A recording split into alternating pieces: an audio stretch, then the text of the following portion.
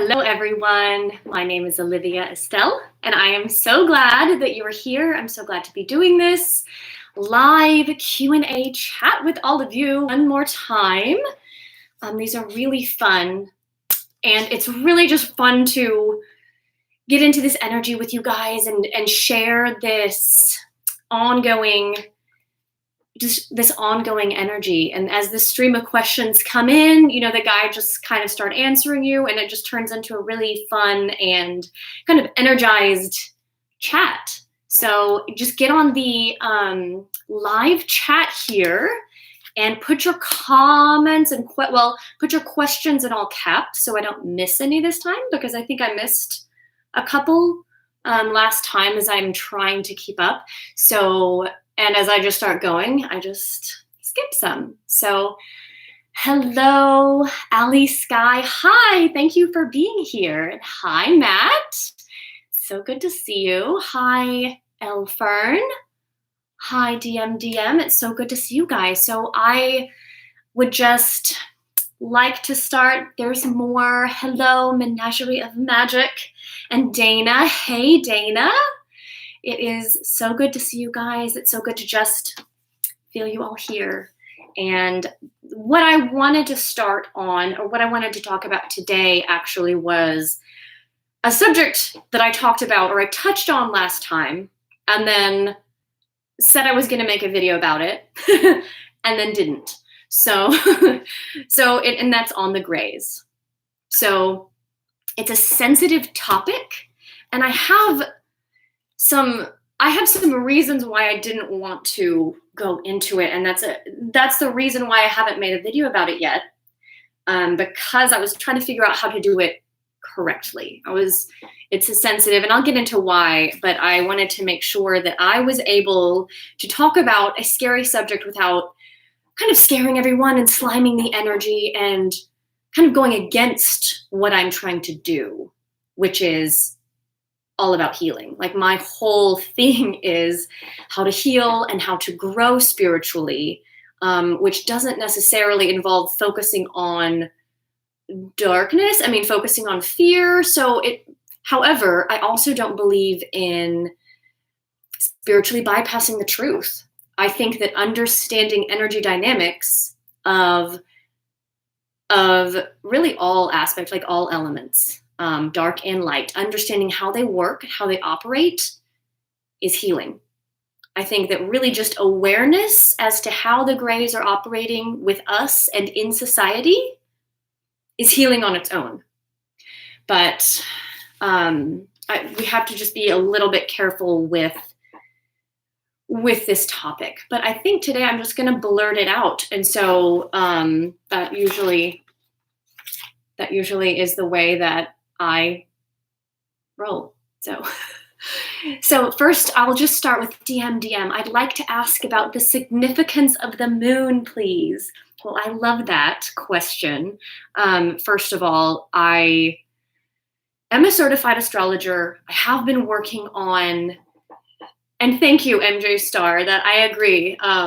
It is kind of ungaslighting, and that is my intention with it. But before, I'm going to answer this one question, and then I'll go back to the grays, because I love that question about the moon. Is really about our emotional life. The significance about the moon is our emotions. It is our inner world.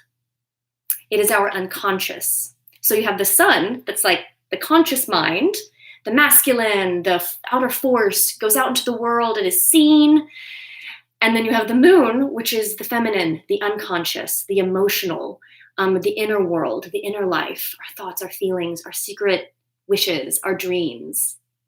Like, moon is, and it pulls on our bodies physically, but the moon and the moon phases is very significant, especially this week, because we have the solar eclipse coming up on June 10th. Here in Nashville, where I am, it happens at 6 a.m., around 6 a.m., 6:12 a.m., if I remember correctly. So that time is going to be very powerful for manifesting and for just feeling your transformation in your life. But and especially if you're a Gemini. But I'm kind of digressing a little. So that is the significance of the moon, and the idea that the moon is our inner world, and it reflects the sun. It reflects kind of like our conscious reflecting the unconscious, or the unconscious reflecting the conscious, so that we're channeling our true self. And so with the solar eclipse, you have the two of them. You have the inner world and the outer world coming together.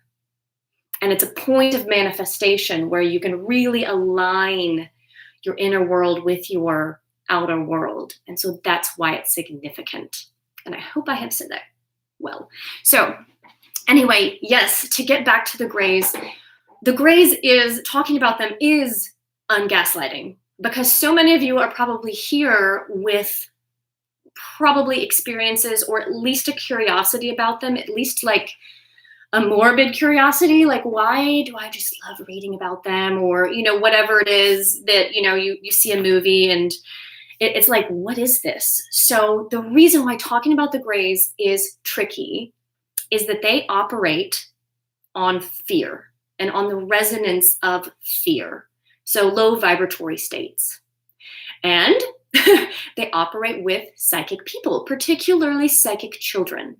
So you have a low vibratory state, or kind of like a fearful home, and then you have psychic children.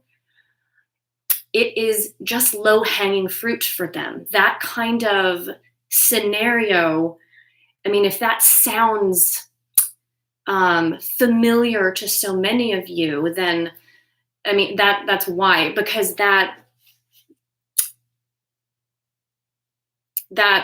blend of two things is really when they can just show up right away. And what it does, what I did was I attracted, when I first started my spiritual kind of path, I was super morbidly curious about the grays, and I had no idea I'd ever seen them before.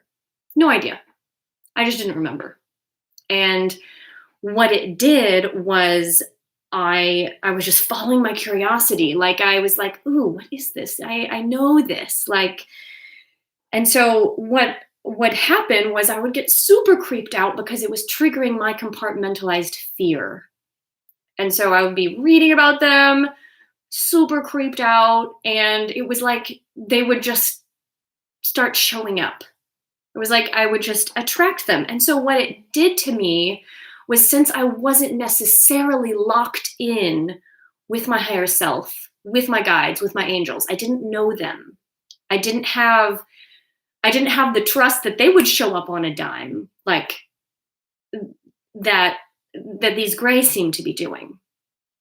And that is where it gets tricky, because so many people, like, the phenomena of the grays, they interface with physical reality so easily that I feel like it's kind of taken the spiritual world by storm. It's kind of taken the UFO community by storm in a way that I feel lots of confusing dichotomies, like just happening, lots of confusing things that really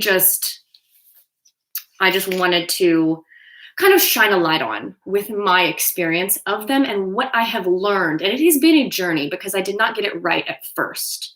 Right, I would just kind of attract them. And then I just started becoming a little bit afraid of doing spiritual work, because I felt like if I looked clairvoyantly, I would see a gray. And that tended to kind of block me. And I don't know if any of you guys feel that same way, but it turned out to where I just felt like I just felt scared.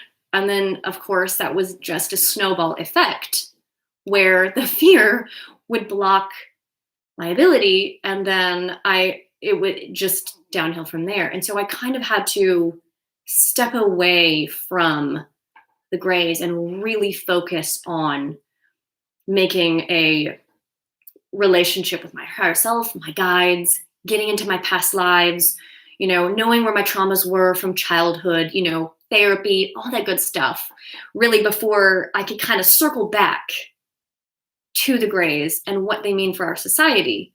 which I think is very important because I'm just kind of seeing it everywhere right now.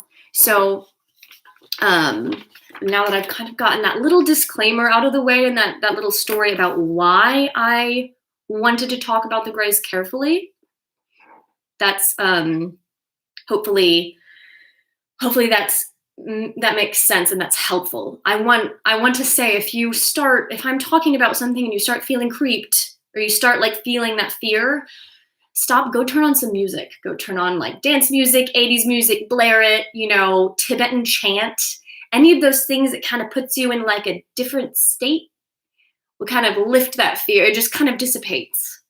Grays, they don't really hang around like a dance party. It's just that vibe is very different. Now, sometimes they will come around even if we're not in a fear state when like two or more psychic people are together. They tend to kind of pop up trying to like peek. They usually can't get very close, but they're trying. Like it's you can just kind of feel that they're just trying to like spy. They kind of have a spying, energy rather than a out in the open energy, right? This is why they come by cover of darkness. So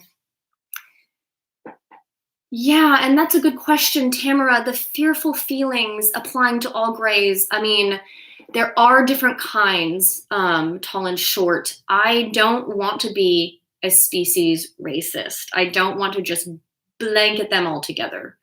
That's not really my intention.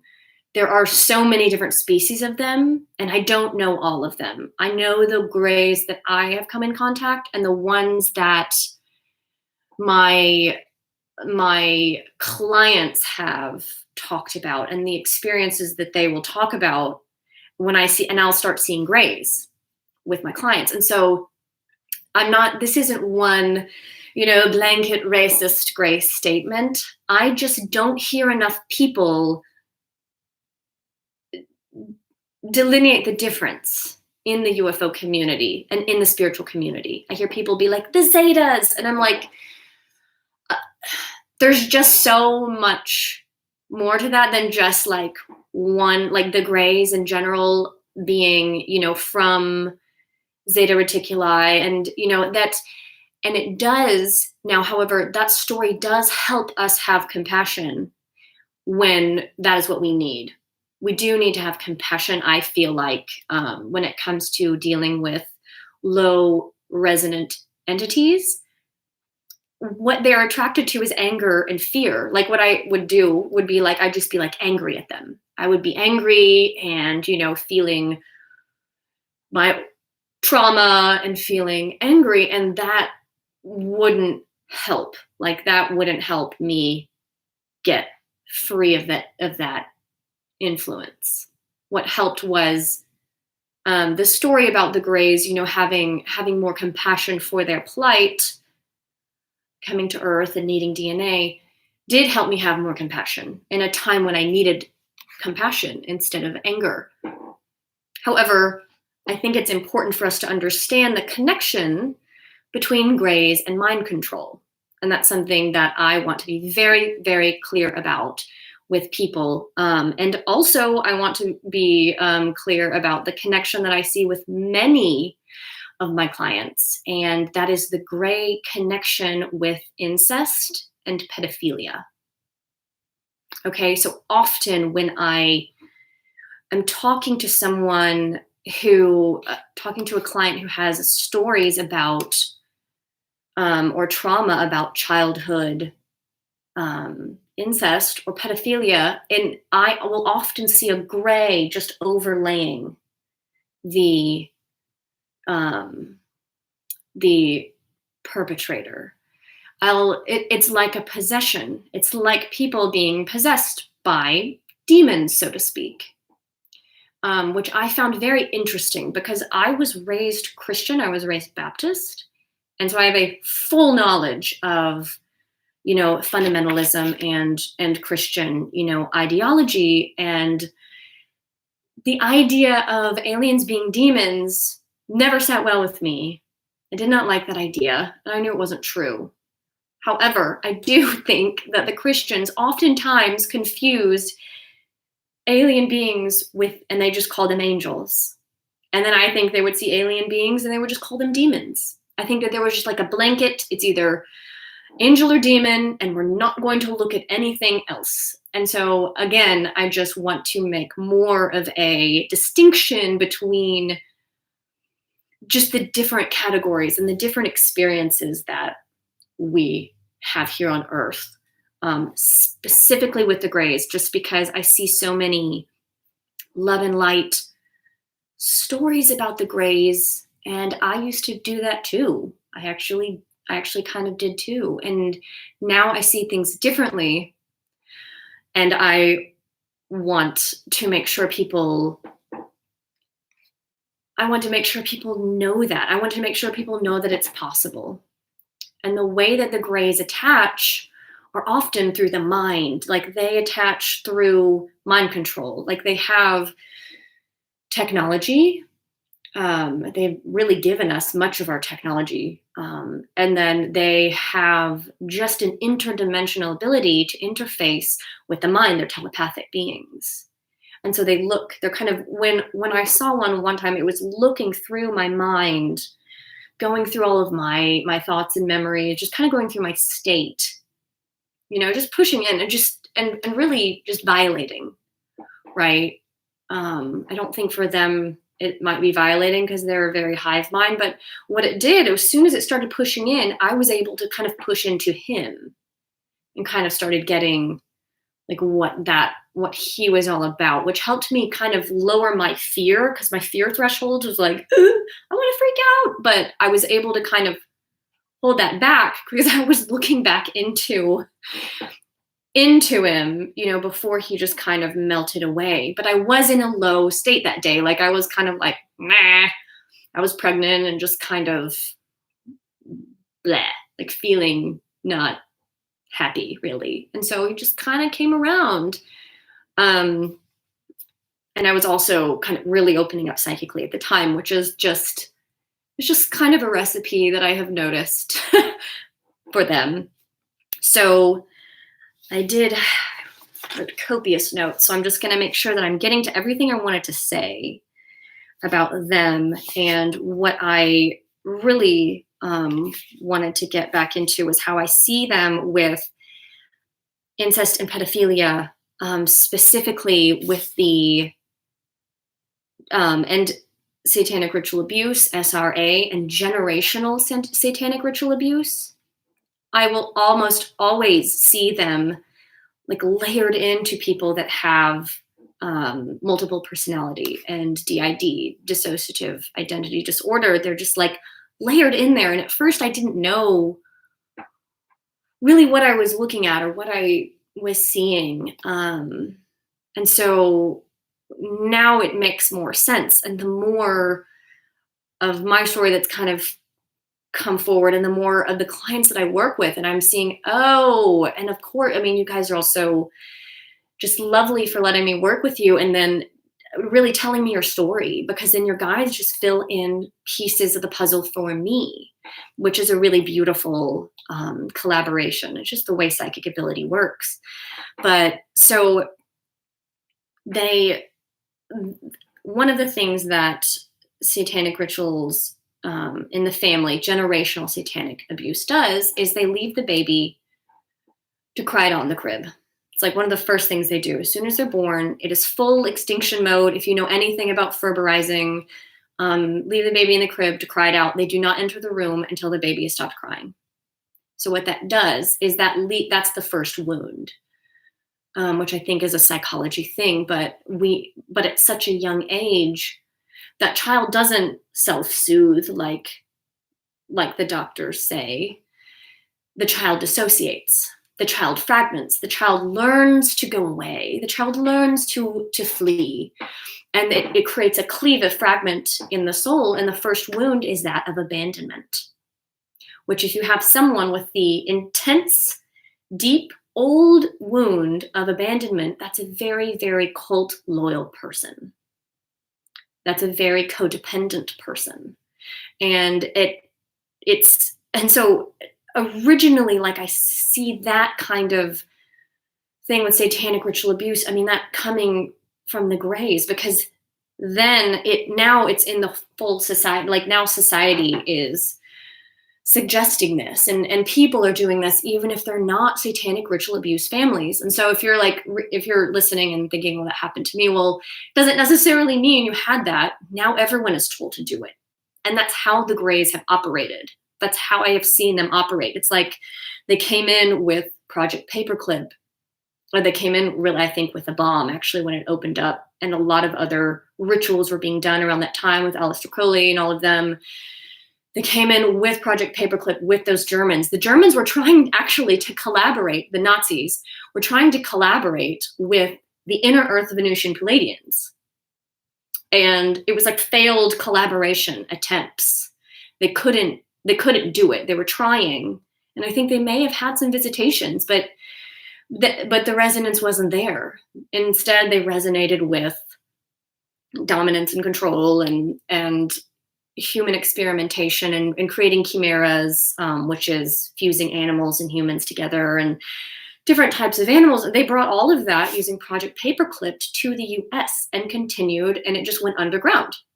Well, literally, actually. So, when I talk about being in the underground bases, literally I would see humans and Greys standing there, and reptilians too. I mean, but it was mostly humans and Greys, and the tall ones had more of like a scientific demeanor. The shorter ones had more of a like following orders demeanor, but the resonance was still really the same with all of them. Human, Grey, tall, short. They all had the same energy. And there were cages on the wall of different chimeras, different animals that have been blended together that were very unnatural. And even some human animal kind of like botched things. And so I knew that they were working on a hybrid program, like a dark alien hybrid program. And at the same time, I want to make sure that we know and we remember that there is also a positive hybrid program, quote, quote, hybrid program going on too, that is seeking to upgrade humanity, that is seeking to kind of finish what they started and uplift and connect us back into our Pleiadian heritage. And so not all abductions are Greys, and not all abductions are bad. Some of them are our positive alien family, or our more light, loving, service to others extraterrestrial family.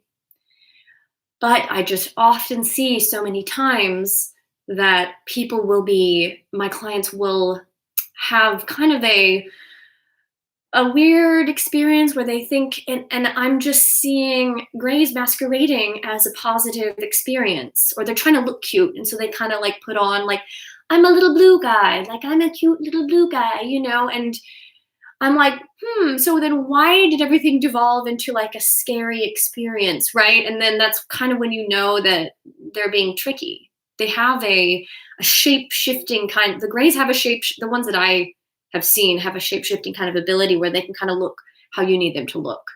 The one that was looking through my eyes was trying to just like figure out, what do you need to see right now? Like, what do you want to see? And I was really seeing him as he really was. But they have the ability to look in and see what it is that you need to see. If, it'll be something scary if they're trying to enact fear, it'll be something positive if they're trying to get you to really agree with them and